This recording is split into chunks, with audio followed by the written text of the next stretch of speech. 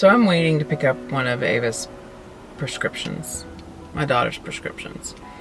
It's been a very hard day. We got up and I went to church, walked from the car in, and then from the church back to the car. And then when I got home, I noticed there was a little bit of dog hair on the floor and we probably needed to vacuum. So I tried to vacuum vacuum and sweep the floors for about 30 minutes max. And I couldn't do it anymore. My legs were hurting so much, and it was incredibly frustrating. And I'm not a neat freak. I just want to make my family meals and be able to clean up afterwards, or to be able to sweep my house once at the beginning of the day without getting in so much pain that I have to sit down.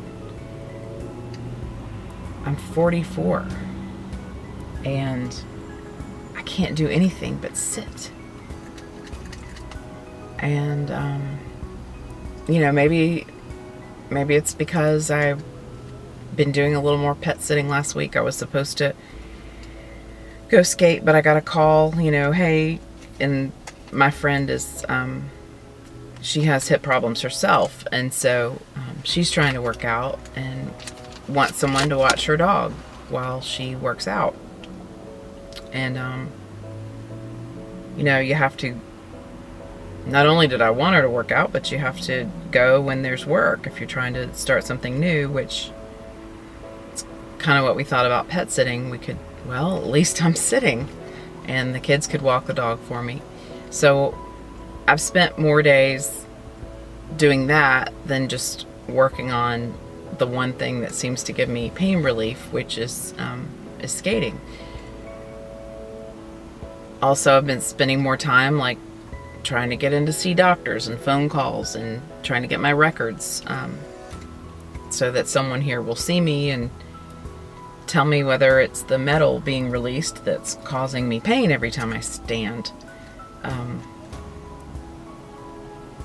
don't know what it is, but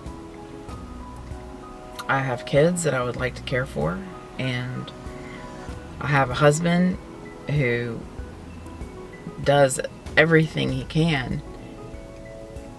I would like to make him food when he gets home from work and not have him have to clean up and then start on all our family's laundry. But it doesn't seem like that's an option right now. So I guess what I'll do is whenever I'm forced to sit, I will make a video about it and let people know that though I appear a completely healthy person, and I'm not taking drugs for this, because if you don't know, if it's not a short-term thing, that's not really the answer. And I don't even feel right about taking Advil or Tylenol a couple times a day for it, because that's bad for your liver. So, the only thing I have to do is to sit down when I hurt like this, which is just all the time. And if it is because of a bad product, if that's, what's going on here is my body's just, creating pseudo tumors to try to encapsulate the metal fragments. If they knew this in 2005 and kept these things on the market and kept promoting them to doctors, that's so wrong. It's so wrong. And my family shouldn't have to suffer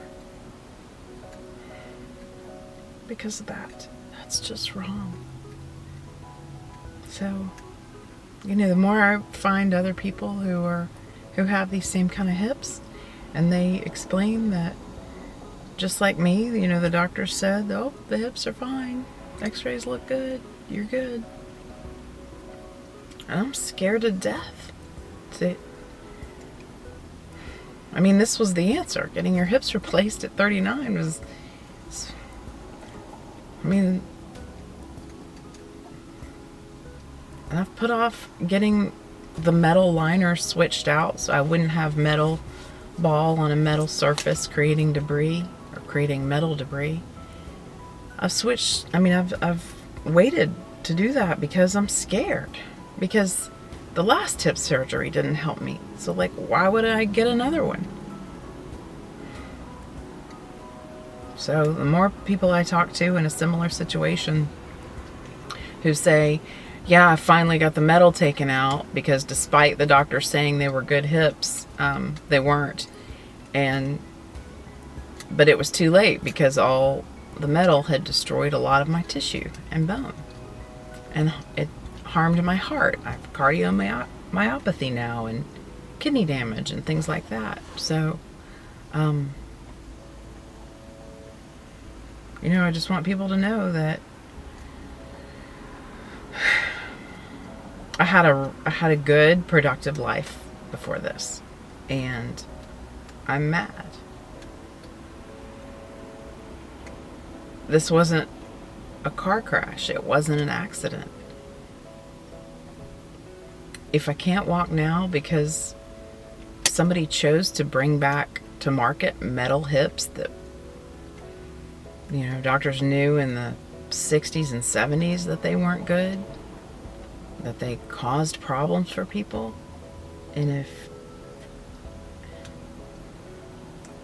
they brought these things back to market just for profit share and profit, margins, better margins, it's just wrong.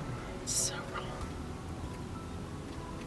And I know that there's nothing probably that'll ever happen to change that companies do this, that they hear the product's bad and they don't immediately take it off the market.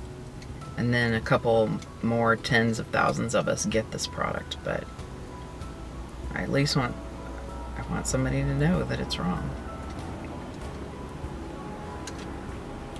And I'm gonna probably sit the rest of my life because they decided to keep them on the market, and because somebody decided it was good to put them in me a year after a lot of the other metal devices have been recalled.